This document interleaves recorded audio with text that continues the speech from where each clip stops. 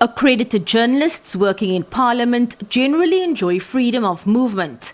Apart from the Intelligence Committee, which is out of bounds to journalists and the public, since it deals with sensitive matters of national security, all other committee deliberations are open unless prior notice is given by Parliament.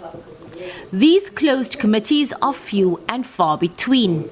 The Parliamentary Press Gallery Association, a body of journalists working in Parliament, engages with the institution on these matters. We have always worked through Parliament's communications people and then through the House Chairman, or Mr. Frederick, also known as Chair of Chairs, immediately lodging a complaint and asking for that decision to be rescinded. We also have encouraged reporters in the committee to not disobey the chairman, but to lodge their objections with the chair of the committee immediately. But possibly the most controversial attempt at gagging journalists in Parliament was the infamous signal jamming incident during the 2015 State of the Nation address delivered by former President Jacob Zuma. A signal jammer was activated by then State Security Minister David Mashloba's department within the National Assembly, cancelling all internet activity, meaning journalists were unable to file their stories or tweet. Parliament's internal broadcast also went black. The Supreme Court of Appeal later declared the incident a violation of the right of the media. It also condemned the cutting of the visuals, which left broadcasters relying on parliamentary media for visuals and sound in the dark.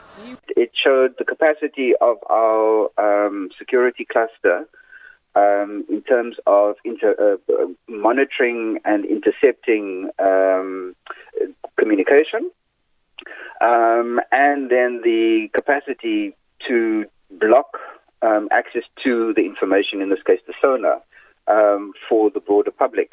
And then, of course, the fourth estate. So journalists who were in the precinct, who were reporting on the president's speech, also had no access or could not get any information out. So it showed or gave us insight into the sort of dark underbelly of a fearful and very securitized state. The South African National Editors Forum also condemned the incident, labelling it censorship.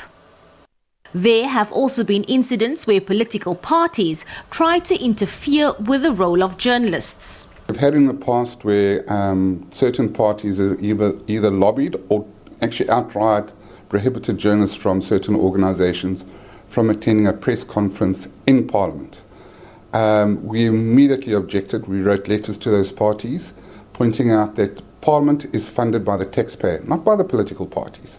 Therefore, any journalist who meets the rules of Parliament and is properly accredited cannot be barred from any press conference held within the precinct. Meanwhile, the EFF's number 2, Floyd Shivambu, stands accused of assaulting photojournalist Adrian de Kock within the parliamentary precinct after de Kock tried to take a photo of him. That case has been postponed to next month. Despite these incidents, overall there is a cordial relationship between the PGA, Parliament and the various political parties. Abra Barbier, SABC News, Parliament.